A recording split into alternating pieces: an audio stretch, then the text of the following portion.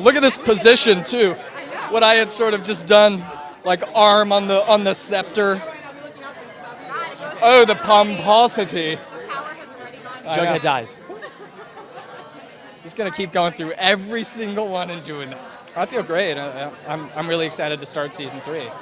Yeah, really excited. I think the show found itself quite a bit throughout this season. Season 2 is a very interesting time for most shows because I don't necessarily think, unless the show is written in its entirety, that most shows know exactly what it is, even through season 2.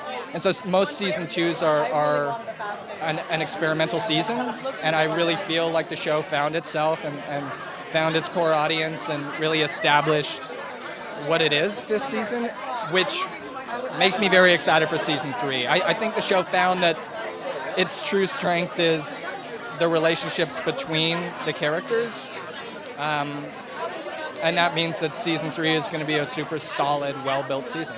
I think he's going to be a much more calm and collected leader than his father.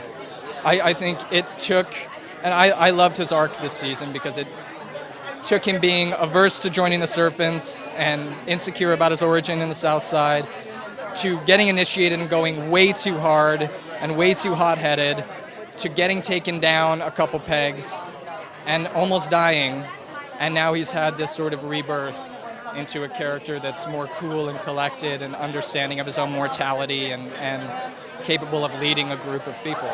I'd be interested to see. I really don't know too much about season 3 just yet, but I know that we're trying to reintroduce the rest of Jughead's family, which I think is going to complicate that everything. I think that's going to complicate the relationship between him and Betty. I think his family life is going to be pretty disruptive, and it'll be interesting to see how they stay strong.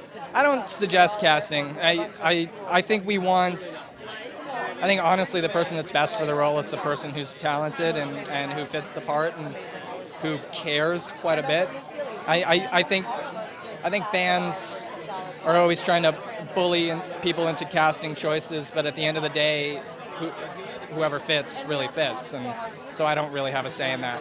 It's been, I think, really good. I don't know, I mean, I just scroll through Twitter and see what everyone's saying, but I think people were really, really happy with it. A nice little cliffhanger, per usual.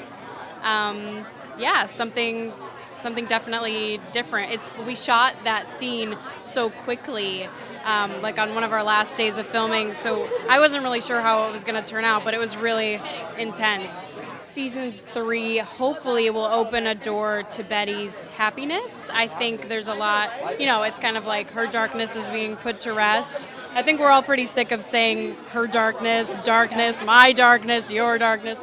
It's like, I think we're putting that to bed, and hopefully get to explore Betty as a happy individual. I would like to see that. I know Roberto would like to see that as well. So I think that's something that we're aiming for in the next season. I'm not quite sure. I saw people saying like, oh, Cheryl gets a red serpent jacket, but Betty did the dance and she didn't get a serpent jacket. I'm like, you're right.